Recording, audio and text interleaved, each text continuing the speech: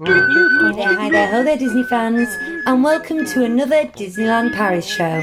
This is the Itty Bitty News Show, and I'm your host, Lucy Rain. I'm Chris Fletcher. Hello children, I'm Hugh Rain.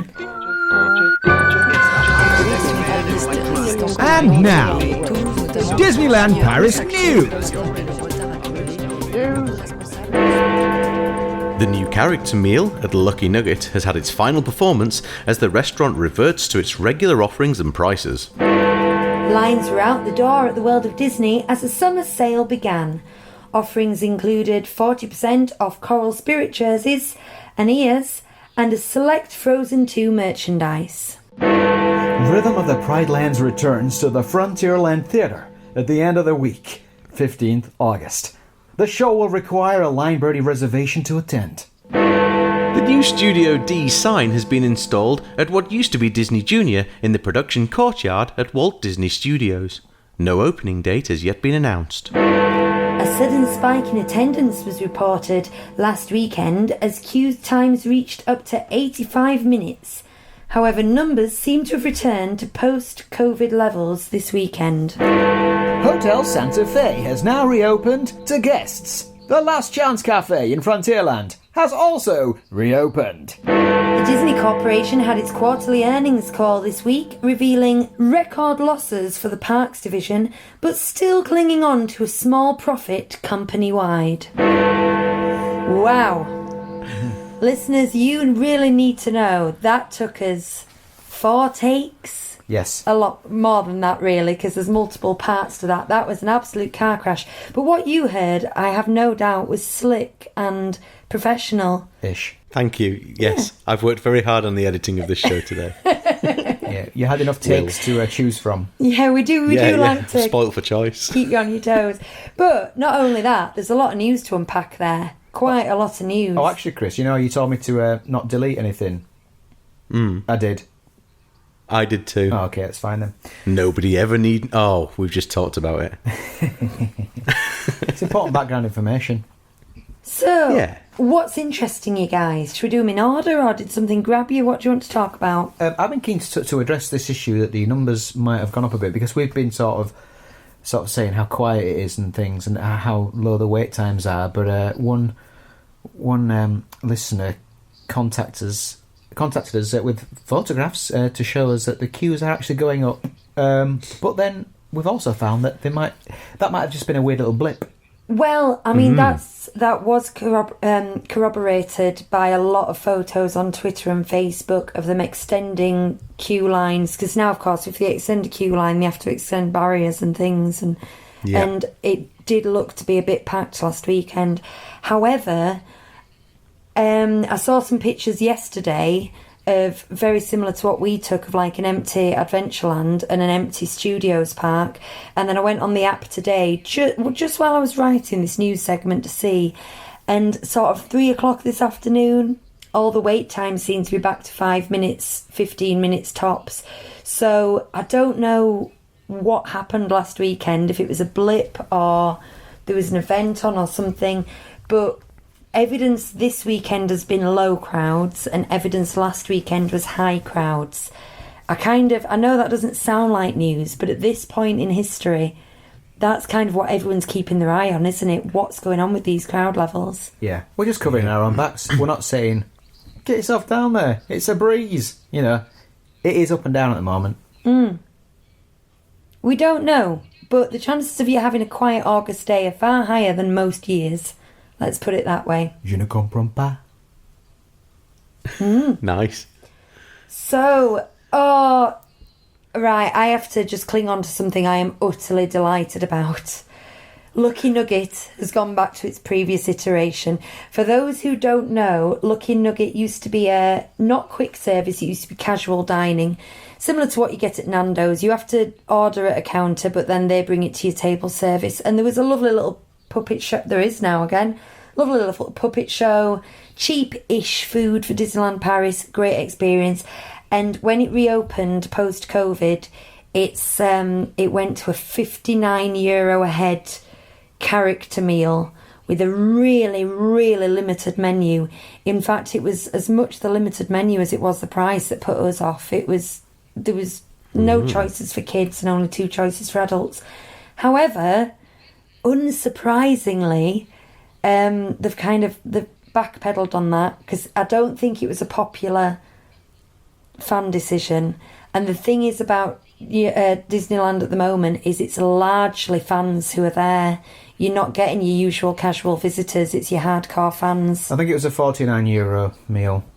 Did I say it's $49.99, isn't it? So €50. It's €49. Oh, it is €49. And 39 for the children's. It's just when you said that, I thought, that sounds a bit more than I remember.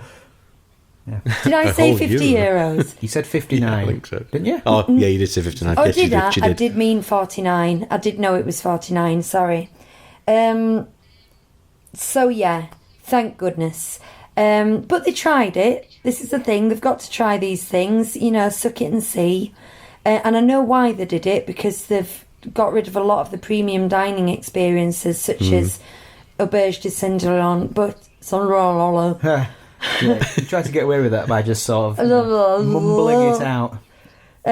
Cinderella's Table, and the hotels that have got the premium dining are closed as well, so they had to put something in, but it obviously wasn't working, and that's fine. So we're back to our favourite table service. Yay! Nice. What else? What else? Rhythm of the Pride Lands is back. Well, we knew it would be in the Frontierland Theatre. Yeah, I think we talked about this. We knew Haven't we, the a couple of date. times What we now. didn't know is that they'd be using the lovely Line Bertie app. We knew they were using it for the one in the studios, which is the one that used to be the parade. They'd have to, really, because it's 2 shows queuing at once at times for Rhythm of the Pride Lands, isn't it? Yeah. Yeah, but that's not with reduced capacity. I thought, that's on a regular August day. I thought they might get away with it with reduced capacity, but yeah, presumably they'll have reduced capacity in the theatre. Sorry, Chris. Well, I was just going to say, I guess this is one of the places where Line Bertie could shine, because I guess if they put out the tickets on Line Bertie, they know how many people are going to be there, Shine and the Bertie. people who don't have it know that they can't go there, so you're not going to end up with people just going and chancing it, which makes a lot of sense to me at the moment. It does, actually.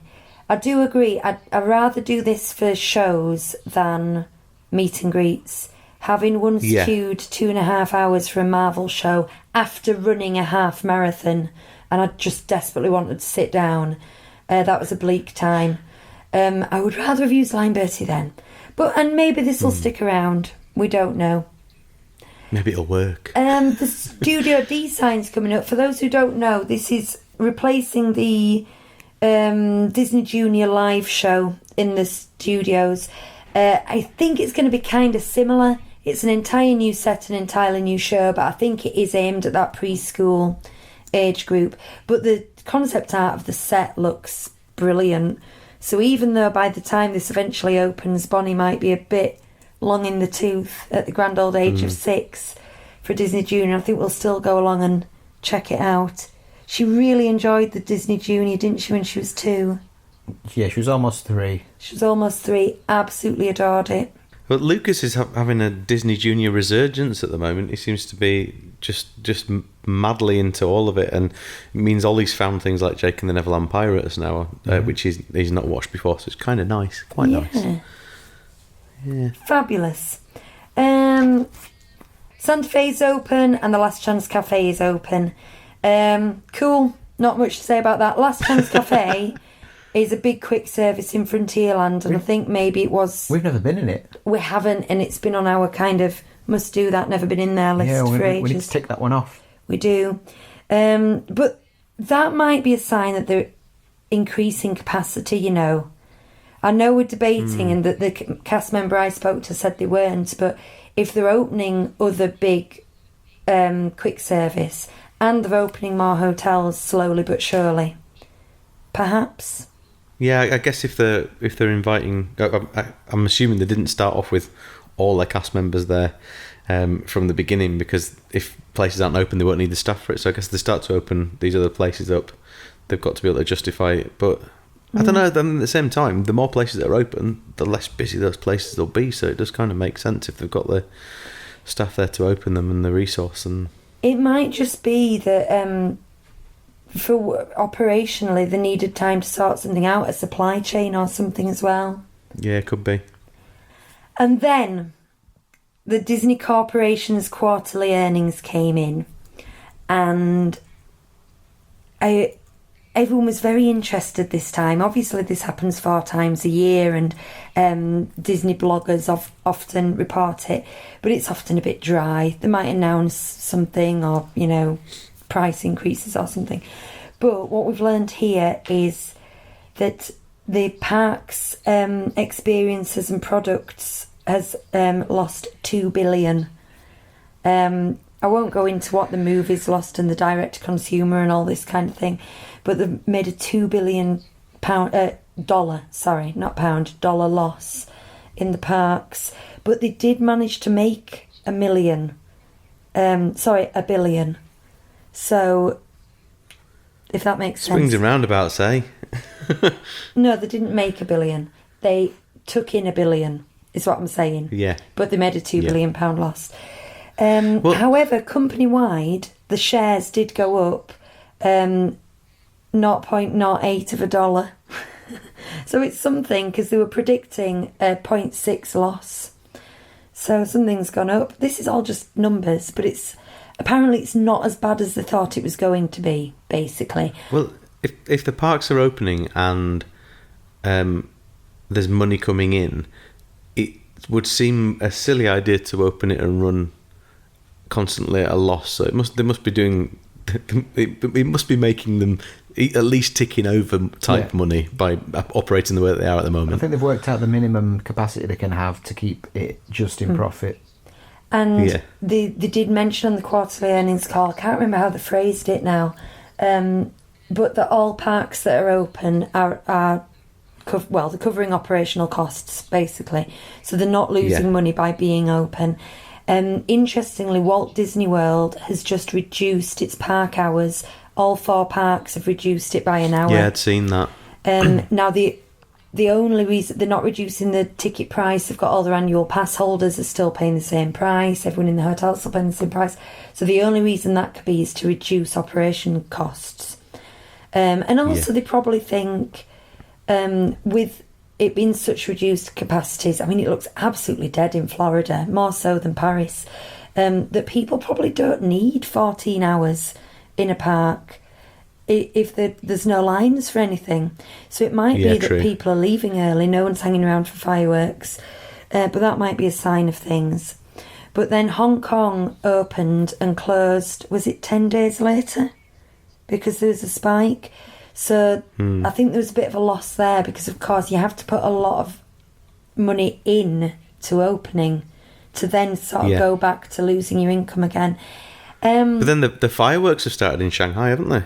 Have they? I haven't seen that. Yeah, I saw a thing about it earlier in the week. I can't find it. I can't verify this now, but yes, I read somewhere that the fireworks are starting in Shanghai. Have you seen the layout of the hub at Shanghai? Yeah.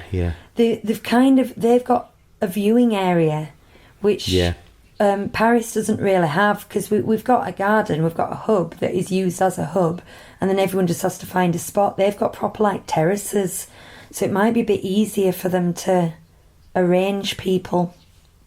Yeah, possibly. Police it, yeah. Yeah. The only other thing that we haven't mentioned is the summer sale has started, and it looks particularly generous and particularly good this time because they're selling Spirit jerseys at 40% off, which is, I wish I was there, and I bet they won't. For the same price, they've just taken 40% off the actual cut of the material.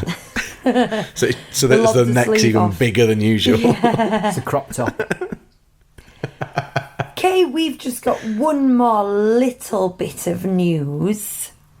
We have been saying for a while that we had to cancel a Florida holiday twice and that Hugh had 2 weeks off work at the end of August. We weren't entirely sure what we're going to do with it. I booked some park days at Disneyland Paris just in case, but we really weren't sure. And we'd more or less decided against going back to Disneyland Paris again. But we looked at the price, because I really want to go somewhere and stay somewhere because of social distancing. I don't want to be going into cities and stuff like that. We looked at the price of centre parks in the UK, and A, it's nearly entirely sold out, and B, it's extraordinarily expensive. Oh, it's ridiculously expensive. More so than usual, and it's always expensive. Oh yeah, I know. We've been looking for things for August. We've got a week off, and in the UK, everything's just so expensive at the moment. It's ridiculous. So, it popped into my head to look at European centre parks, and I looked at Village Nature, which we've never even thought about staying at before, never even been on our list, and it was 50% off for a late booking offer, and there was a lot of availability. You know how it says only 6 cottages left, only 8 cottages left. Well, to say 8 cottages left in the UK, there was nothing left in the UK. So we've panic bought with a 10% deposit, and we have to pay the balance 7 days before. So we really are going to leave it till 7 days before and see. Yeah, monitoring those numbers. Yeah. Well, looking at the graphs and stuff, because of what happened in Spain, we don't want to be over there and them declare another quarantine, so we're going to have to keep our eye on it. But at the moment, we've got a full 5 nights, 6 days booked at Village Nature, and we do intend to spend at least 2, if not 3 days just doing centre parks things, because we've never really had that kind of holiday. And then the fact that we can go to Disneyland Paris, because we've got annual passes, we can be a bit more casual about it than if you forked out for 3-day passes when you'd want to get your money's worth. Yeah. So we're just going to sort of play it by ear. We might even go to some other places around Disneyland Paris. But I also think that might be of interest to you, Chris. It might be interest to our listeners to know what else is in the area, if we can explore. So that is our current trip plans for August, and I am pretty darn excited. I'm excited for you. We watched a little bit jealous. We watched a YouTube video by Maddie Mort, who's on CBB's Do You Know? Oh yeah, I know her. Maddie Yeah, Mort, Moate. She did a video about it with her husband, I guess, is it? Well, a boyfriend, but can we admit that CBBS presenters live in sin? No, they get different. I'm sure they get different hotel rooms. I'm sure they do. Yeah, but she stayed there. Yeah. To watch a video on that. Probably got invited, to be honest. Yeah. She's got 150,000 followers.